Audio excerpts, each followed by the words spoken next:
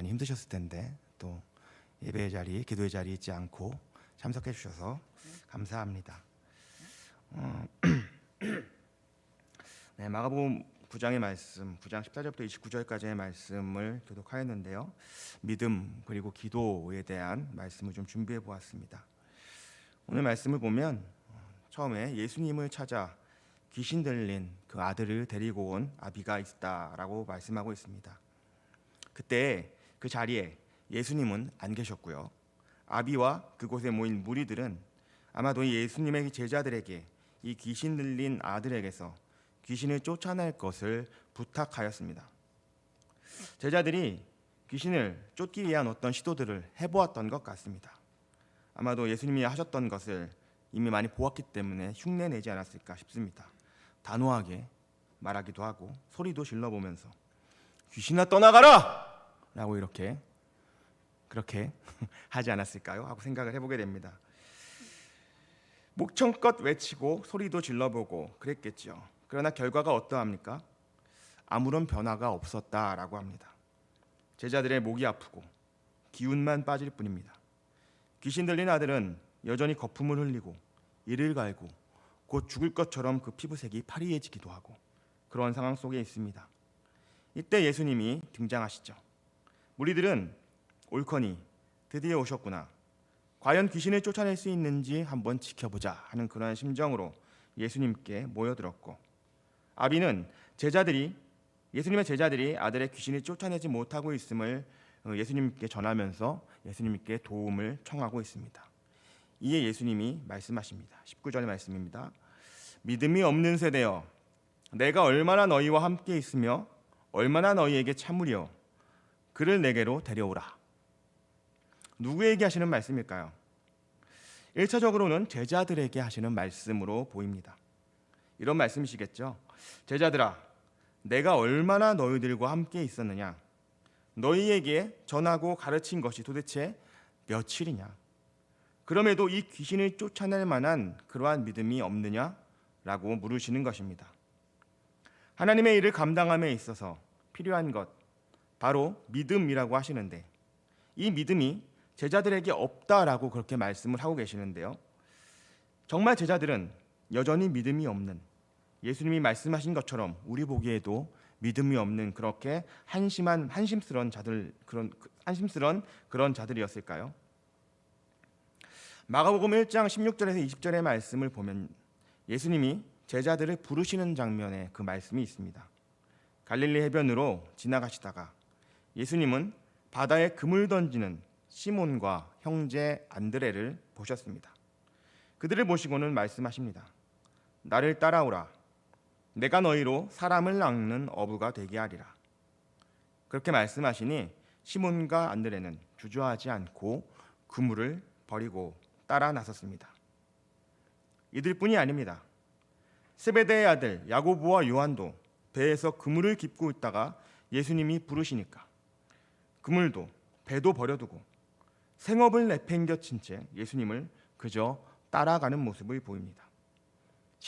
이 복음서의 시작부터 예수님의 부르심에 토달지 않고 따라 나서는 이들, 믿음이 없다면 어떻게 그렇게 따라 나설 수 있겠습니까? 저와 여러분보다도 훨씬 대단한 믿음으로 그렇게 보여지시지 않습니까?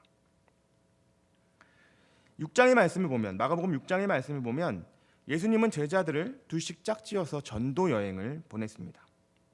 여행을 보내실 때 아무것도 챙겨가지 못하게 하시고 오직 지팡이 하나 짚는 것 허락하셨으며 무일푼으로 떠나도록 말씀하셨습니다. 저와 여러분 같으면 어떻게든 조금이나마 밥값이라도 주머니에 꼽을 쳐서 가려고 그렇게 궁리를 하지 않았겠습니까? 그러나 이들 제자들은 예수님의 말씀에 따라서 예수님의 말씀을 믿고 그저 그렇게 둘씩 짝을 지어 전도 여행을 떠났습니다. 어떤 일이 있었을까요? 제자들이 고을을 다니며 회개하라고 전파하였더니 가는 곳곳에서 많은 귀신들을 제자들이 쫓아낼 수 있었다라고 합니다. 또 많은 병자들을 고치기까지 하였다고 합니다. 이러한 놀라운 하나님의 능력을 경험하고 예수님께 다가와서 막 자랑하는 그러한 말씀이 있죠.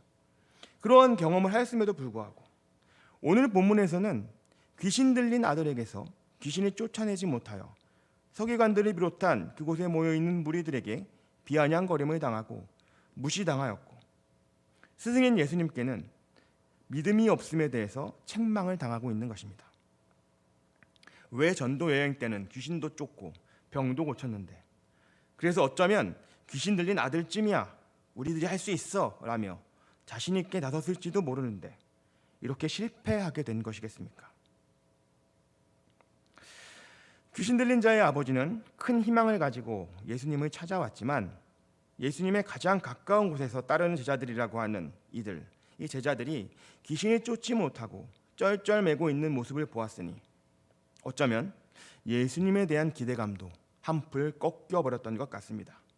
그래서 22절 중반절에서 말하는 것이죠. 그러나 무엇을 하실 수 있거든 우리를 불쌍히 여기사 도와주옵소서, 이렇게 말하고 있습니다. 무엇을 하실 수 있거든 이렇게 말하고 있는 것이죠. 아비된 자의 이 말에 예수님은 제자들이 듣도록, 그리고 그곳의 무리들에게도 깨닫게 해주시려는 듯 더 큰 소리로 말씀하시는 듯합니다. 할 수 있거든이 무슨 말이냐? 믿는 자에게는 능히 하지 못할 일이 없느니라. 이어서 예수님은 더러운 귀신을 꾸짖으시고 아이에게서 떠날 것을, 그리고 다시는 이 아이에게 들어가지 말 것을 명하셨고 귀신은 떠나갔습니다. 그곳에 모인 모든 이들이 예수님의 행하심을 보고 놀랐겠죠. 비아냥거리며 제자들과 변론하던 서기관들도 아무 소리 못하고 슬그머니 그 자리를 피했을 것입니다. 어수선한 그러한 상황이 종료되고 이제 집에 들어갔을 때 제자들이 조용히 예수님께 묻습니다. 주님, 우리는 어찌하여 그 귀신을 쫓아내지 못한 건가요? 전에 전도여행 갔을 때는 되던 것이 왜 이번에는 안 된 걸까요? 더 센 귀신이었나요? 이렇게 물었겠죠. 29절에서 예수님이 답하십니다. 기도 외에 다른 것으로는 이런 종류가 나갈 수 없느니라. 앞에서는 제자들에게 믿음이 없다고, 믿음이 없는 세대여 라고 그렇게 말씀하시고, 얼마나 너희를 참겠느냐라고 그렇게 하시더니만 이제는 기도가 원인이라고 말씀합니다. 그런데 오늘 본문에서 예수님이 이 귀신 들린 아들에게서 귀신을 쫓기 위해 기도했다는 그러한 말씀은 없습니다. 잠시만 기다려 보시오, 내가 한 30분 기도하고 와서 쫓아주겠소, 그렇게 말씀하지 않으셨다는 것이죠. 그 자리에서 바로 이 귀신 들린 아들을 보고 더러운 귀신아 나오라, 그렇게 선언하셨고 말씀하신 대로 그대로 되었다라는 것입니다. 믿음과 기도, 어떤 연관이 있을까요? 생각해보면 복음서에서 제자들이 기도했다라고 하는 말씀을 찾아보기 어렵습니다. 늘 기도는 누가 하셨습니까? 기도는 예수님이 하셨습니다. 예수님이 잡히시기 전에 겟세마네에서도 예수님은 제자들에게 깨어 기도하라고 하셨지만 제자들은 쏟아지는 잠을 이기지 못하고 잠들어 버렸습니다. 깨어있지 못함에 예수님은 탄식하셨지만 이들의 마음을 이해하시고 육체의 연약함을 불쌍히 여기셨을 뿐입니다. 예수님은 무작정 이 제자들을 몰아세워서 억지로 기도를 시킬 수 있는 것은 그렇게 아니라고 생각하셨던 것 같습니다. 그렇지만 예수님은 어떠하십니까? 사역이 너무도 바쁘신 가운데에서도 때때로 무리를 떠나서 홀로 기도하는 시간을 놓치시지 않으셨습니다. 온전한 믿음은 기도를 동반함을 의미합니다. 기도하지 않으면서 믿음이 있노라 그렇게 말할 수 없다는 것이죠. 하나님의 살아계심을 믿으니 당연히 전능하신 하나님께 의뢰하는 것입니다. 예수님은 하나님을 믿고 그러하니 당연히 숨쉬는 것처럼 기도하는 것이 자연스러웠습니다. 마태복음 26장 53절에서 예수님이 말씀하십니다. 너는 내가 내 아버지께 구하여 지금 12군단 더 되는 천사를 보내시게 할 수 없는 줄로 아느냐? 베드로가 예수님이 잡히시게 되는 상황에 처하니 예수님을 구한답시고 칼을 빼어들어서 휘둘렀고 이를 본 예수님이 베드로에게 하신 말씀입니다. 그냥 하신 말씀일까요? 예수님은 하늘의 12천사를 당장에 호출할 수 있는 그런 능력이 있는 분일까요? 예수님이 기도하시면 하늘의 하나님이 응답하셨습니다. 예수님이 기도하시면 12군단이나 되는 천사가 등장할 수 있고, 예수님이 기도하시면 5,000명, 10,000명이 넘는 인원이 물고기 2마리와 떡 5덩이를 통하여서 배불리 먹일 수도 있었습니다. 예수님이 기도하시면 죽었던 나사로가 다시 살아날 수도 있었습니다. 예수님은 하나님을, 하늘 아버지를 믿기에 온전히 소통하시는 그 기도를 하나님께 하고 계셨던 것입니다. 누가 광야에서, 그 어떤 배짱이 있는 사람이라고 할지라도 누가 광야에서 아무것도 없는 그 자리에서 물고기 2마리와 떡 5덩이로 거기 모여있는 수많은 사람들을 먹이겠노라고 말할 수 있겠습니까? 아무도 그리 말할 수 없습니다. 제정신이라면 그런 말을 꺼낼 수조차 없죠. 기도하여, 하나님께 기도하여 놀라운 이적을 보일 수 있는 분 외에는 아무도 그렇게 할 수 없다는 것입니다. 제자들이 전도 여행을 하면서 복음을 전하고 귀신을 쫓고 병을 고칠 수 있었던 이유는 아마도 예수님이 이들을 위하여 기도하셨기 때문이겠죠. 제자들이 하나님의 일하심을 맛보고 감당할 만한 용기를 주시고자 하셨기에 예수님은 제자들을 보내놓고 그냥 보내놓고 아무런 신경도 쓰고 있지 않았겠습니까? 예수님은 보내놓고 이 연약한 제자들에게 시험당하지 않도록, 상처 입지 않도록 끊임없이 기도하였을 것입니다. 그럼에도 불구하고 제자들은 마치 자신들이 예수님을 따라다니면서 예수님과 흡사하고 예수님과 비슷한 그러한 능력이 생긴 것인 것 마냥 어쩌면 착각을 했었던 것입니다. 요한복음 14장 12절의 말씀에서 예수님이 아버지께로 가므로 예수님이 땅에서 하셨던 일들을 제자들이 할 수 있을 것이다 라고 하셨고, 그보다 더 큰 일도 할 것이다 라고 또한 말씀하셨습니다. 믿음을 가진 예수님을 구주로 믿고 고백하는 자들이 예수님의 이름을 붙들고 기도할 때에 하늘의 하나님께 우리 주님이 중보하시고 이를 통해 복음이 전하여지는 놀라운 일들을 우리 성도들이 감당할 수 있다라는 것입니다. 귀신을 쫓아내고 병을 고치며 하나님의 복음을 전할 수 있다는 것입니다. 그러한 일에 쓰임받고 싶지 않으십니까? 기도하지 않으면 하나님의 일을 감당할 수 없습니다. 믿음이 있노라 하면서 기도하지 않는다면 그 믿음은 능력이 없는 헛된 믿음입니다. 예수님은 잡히시고 십자가의 길로 나아가시는 고되고 수치스러우며 한없는 고통을 감당해야 할 그 길을 가시기 전에 겟세마네에서 기도하셨습니다. 잠깐 기도한 것이 아니고요, 땀이 핏방울이 될 정도로 기도하셨다고 누가복음 22장 44절은 증거하고 있습니다.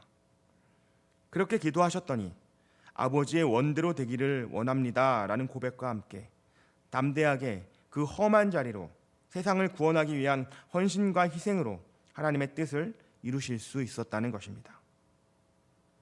믿음이 있다라고 말하는 것, 그저 그렇게 자랑할 거리가 아닙니다. 믿음은 보이지 않는 하나님을 신뢰하기에 하나님의 말씀, 그 다스리심대로 살아가기로 결정하는 것입니다. 그러한 하나님을 믿는다면 쉬지 말고 기도하라는 데살로니가전서 5장 17절의 말씀처럼 우리의 일상이 호흡하듯이 기도하며 하나님과 대화하여야 하며 그 대화를 통해서 우리 가운데 하나님의 뜻하신 바를 알아가고 순종함으로 열매를 맺어야 할 것입니다. 우리의 마음은 연약하여서 늘 부정적인 생각이 앞섭니다. 저 사람은 성격이 너무 더러워서 복음을 전해봐야 듣지 않을 거야. 저 사람은 이미 온 가족이 다른 종교를 믿고 있어서 전해봐야 힘만 빠져. 될 만한 사람에게 전해야지. 혹은 자녀를 바라보면서 내가 너한테 뭘 기대하냐? 너 하는 거 보면 싹수가 노랗다. 공부는 안 하고 매일 헛짓거리만 하는데 내가 기대를 말자. 그러한 생각을 하지는 않으십니까? 부정적인 생각, 믿음 없는 생각이 들 때마다 돌이켜 하나님의 음성을 들을 수 있는 저와 여러분 되기를 원합니다. 기도해 보았느냐? 하나님이 창조하신 사람들을 향해서 하나님께 기도하지 않으면서 무슨 권리로 네가 판단하고 비판하느냐? 기도해 보았느냐? 정말 기도해 보았느냐? 하나님 우리에게 이렇게 묻고 계십니다. 오늘 이 시간 기도할 때에 하나님 앞에 저와 여러분의 믿음을 드리는 기도하기를 원합니다. 기도하는 것 참으로 어렵습니다. 예수님을 따르며 그 가르침을 배우던 제자들이 예수님이 십자가에 이르도록 온전히 예수님을 믿지 못하고 예수님의 오른팔이 되겠노라고 왼팔이 되겠노라고 하는 예수님의 뜻과는 전혀 관계없는 다툼을 하였습니다. 뿐입니까? 예수님의 죽으심을 알고 그 장사를 준비하였던 향유 옥합을 부어드린 그 아름다운 여인을 향해서 오직 예수님의 심정을 유일하게 이해했던 그 여인을 향해서 그 기름을 아까워하며 제자들은 혼란했습니다. 결국 예수님의 그 마음을 알지도 못하고 하나님의 뜻을 알지도 못했던 그 믿음 없는 가룟 유다는 예수님을 은삼십에 팔아넘기기까지 했습니다. 생각해보면 그들이 왜 그러했겠습니까? 예수님을 깊이 알려면, 하나님의 뜻을 온전히 분별하려면 예수님처럼 깊이 기도하는 시간들이 제자들에게도 필요했을 텐데, 이들은 예수님을 따라다니면서 예수님이 하시는 모든 이적을 보면서 흥분하고 놀랐지만 하나님의 말씀을 이루어 가시는 그 예수님의 그 기도를 배우지는 못했기 때문입니다. 그래서 사도행전에서 제자들의 놀라운 사역이 시작에 앞서 성령이 임하시기까지 제자들은 모여서 기도함으로 준비하였던 것입니다. 믿노라 하는 고백의 머무름이 아니라 그 믿음이 능력이 되어 하나님의 일을 감당할 수 있는 온전한 분량에 이를 수 있도록 기도에 힘을 내는, 그러므로 하나님 나라의 이적을 우리의 일상 속에서 펼쳐내어 귀신을 쫓아내고 병을 고쳐내며 복음을 드러내는 저와 여러분 되기를 원합니다. 진정 하나님께 나아가는 그 기도의 자리에 마음을 다하여 나아가므로 우리 주님과 또한 풍성한 교제를 나누고 하나님의 살아계심이 증거되는 저와 여러분의 삶이 되어지기를 이 시간 간절히 소망합니다. 기도하겠습니다. 사랑해 주님 감사합니다. 예수님, 주님을 믿는다라고 우리의 입술은 너무나 쉽게 고백하지만 하나님, 무릎을 꿇고 하나님 앞에 온전히 엎드려서 주님의 이름을 부르며 얼마나 우리가 주님 앞에 기도하며 살아가고 있습니까?